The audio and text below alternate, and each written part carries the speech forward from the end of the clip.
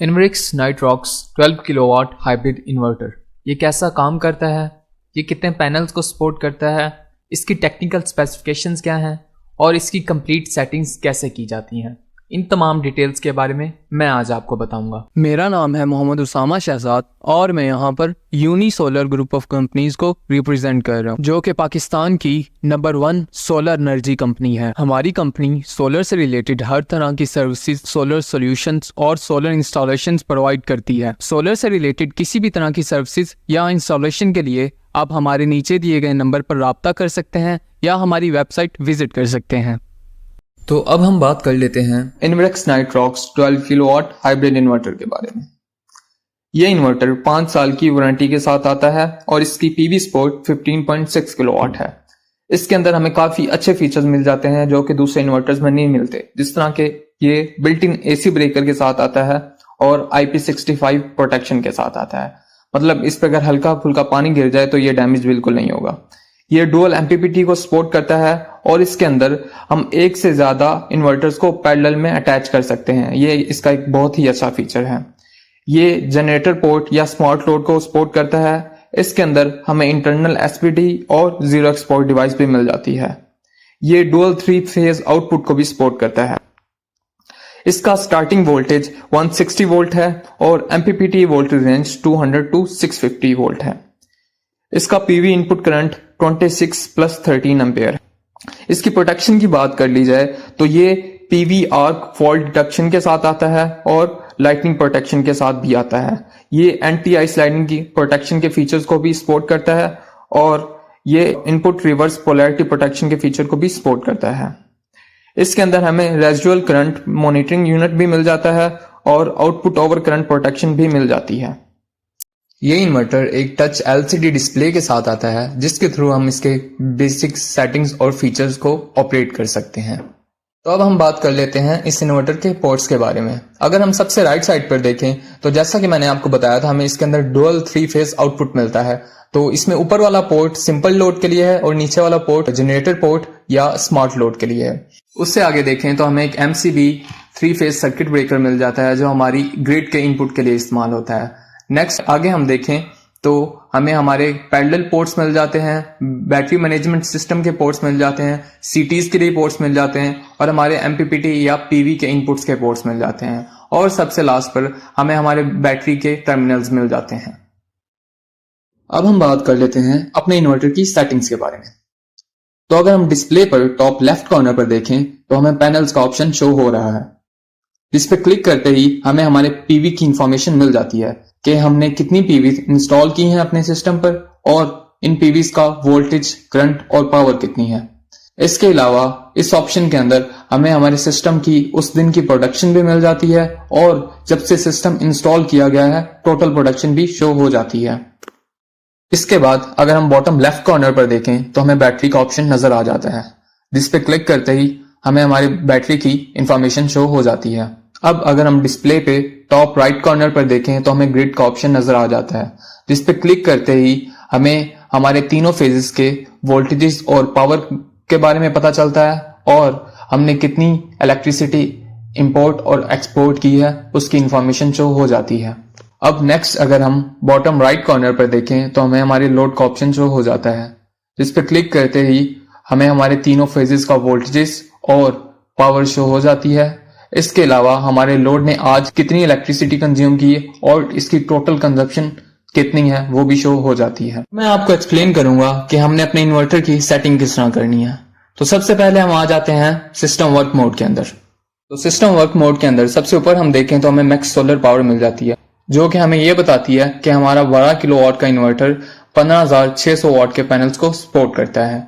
उसके बाद अगर हम नीचे देखें तो हमें 2 ऑप्शन मिल जाते हैं, जीरो एक्सपोर्ट टू लोड और जीरो एक्सपोर्ट टू सिटी।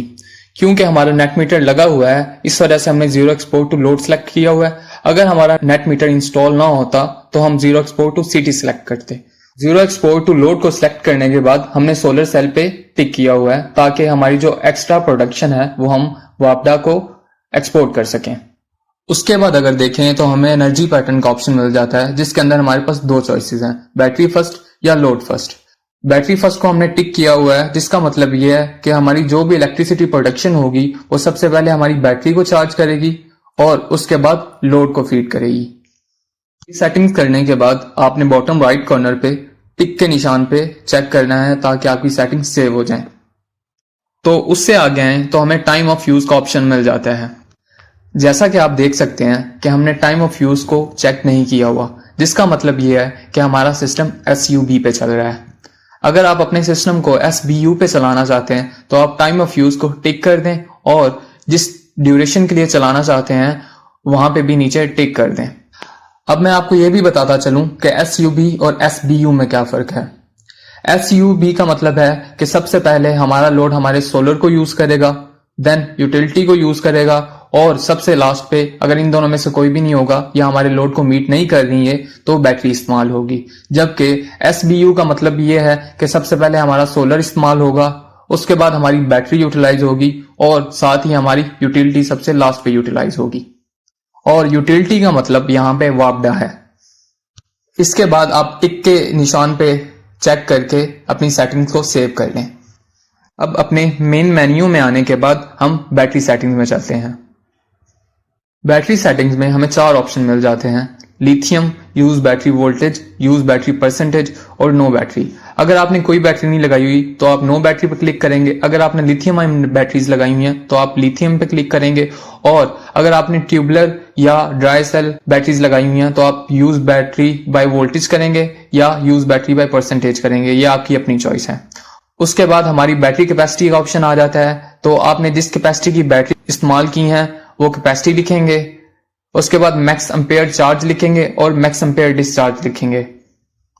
यहाँ पे हमने मैक्स एम्पेयर चार्ज 25 एम्पेयर इसलिए लिए हुए हैं क्योंकि अगर हम इसको बढ़ा देंगे तो हमारी बैटरी तो जल्दी चार्ज हो जाएगी, but by the passing of time हमारी बैटरी की लाइफ कम होती जाएगी। इस वजह से आप इसको जितना कम रखें उतना आपकी बैटरी की लाइफ इंक्रीज होती जाएगी।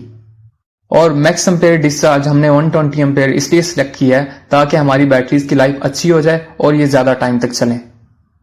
इस सेटिंग्स को सेव करने के बाद आप अगली सेटिंग्स में आ जाएं जहां पे हमें हमारी बैटरी की चार्जिंग के ऑप्शंस मिलते हैं। लेफ्ट साइड पे जनरेटर चार्ज मिल जाता है और राइट साइड पे हमें ग्रिड चार्ज मिल जाता है।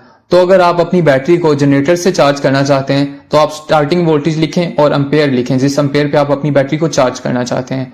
और अगर आप ग्रिड से चार्ज करना चाहते हैं तो सेम ही आप राइट साइड पे वोल्टेजेस लिखें और एम्पेयर्स लिखें जिस एम्पेयर पे आप अपनी बैटरी को ग्रिड से चार्ज करना चाहते हैं। इस सेटिंग को सेव करने के बाद आप नीचे आ जाएं तो यहाँ पे आपको float voltage, absorption voltage, equalization voltage, ये सब वोल्टेजेस की वैल्यूज मिलेगी जो कंपनी की तरफ से स्टैंडर्ड सेट हुई हैं। तो आप इसको काइंडली चेंज मत करिए। शटडाउन, लो बैटरी वोल्टेज और रीस्टार्ट वोल्टेज, आप इन वैल्यूज को अपने बैटरी बैकअप के लिहाज से चेंज कर सकते हैं और उसके बाद टिक के निशान पर चेक करके सेव कर सकते हैं। उसके बाद हम मेन मेन्यू में आएंगे और ग्रिड सेटिंग्स पर क्लिक करेंगे। ग्रिड सेटिंग में हमने ग्रिड मोड को स्टैंडर्ड ही रहने देना है और ग्रिड लेवल, क्योंकि हमारा ये 3 फेज इन्वर्टर है तो 220 वोल्ट 3 फेज सिलेक्टेड है। और उसके बाद फेज टाइप आप अपने लिहाज से सिलेक्ट कर सकते हो। उसके बाद टिक के निशान पे चेक करके आप इस सेटिंग को सेव करेंगे और आगे आ जाएंगे। तो ऊपर हमें सबसे पहले ग्रिड फ्रीक्वेंसी मिल जाती है जो कि हमने 50 हर्ट्ज सेट की हुई है क्योंकि ये वापडा की तरफ से बाय डिफॉल्ट है और बाकी सेटिंग्स को हम चेंज नहीं करेंगे क्योंकि ये इन्वर्टर की तरफ से बाय डिफॉल्ट सेटेड आती हैं। इन सब सेटिंग्स को सेव करने के बाद हम दोबारा अपनी मेन मेन्यू में आते हैं और जनरेटर पोर्ट में चलते हैं। जनरेटर पोर्ट में सबसे ऊपर हमें जनरेटर इनपुट का ऑप्शन मिल जाता है। इसका मतलब ये है कि अगर आपने अपने इन्वर्टर को जनरेटर का इनपुट दिया हुआ है तो आप इसको टिक कर दें और अपने जनरेटर की पावर साथ मेंशन कर दें। और जो हमने स्मार्ट लोड आउटपुट लिया हुआ है उस पर भी टिक कर दें और अपने वोल्टेजेस को अपने अकॉर्डिंगली सेट कर दें। और इसके बाद टिक के निशान पे चेक करके अपनी सेटिंग्स को सेव कर लें। इन सेटिंग्स को सेव करने के बाद हम दोबारा अपने मेन मेन्यू में आ जाते हैं और बेसिक सेटिंग्स में चलते हैं। बेसिक सेटिंग्स में आने के बाद हम अपने इन्वर्टर की टाइम, वीप, ऑटो डिम और फैक्ट्री रीसेट की सेटिंग्स कर सकते हैं। इसके बाद टिक के निशान को चेक करके आप अपनी सेटिंग्स को सेव कर दें और अब हम दोबारा मेन मेन्यू में चलते हैं। इसके बाद हम एडवांस फंक्शंस में आते हैं और यहाँ पे आप जो भी ऑप्शन सेलेक्ट करना चाहते हैं उनको सेलेक्ट करके टिक के निशान पे क्लिक करके अपनी सेटिंग्स को सेव कर सकते हैं उसके बाद दोबारा मेन मेन्यू में आने के बाद हम अपनी डिवाइस इन्फो में चलते हैं। यहाँ पे आप अपने डिवाइस की तमाम इंफॉर्मेशन और एरर्स देख सकते हैं।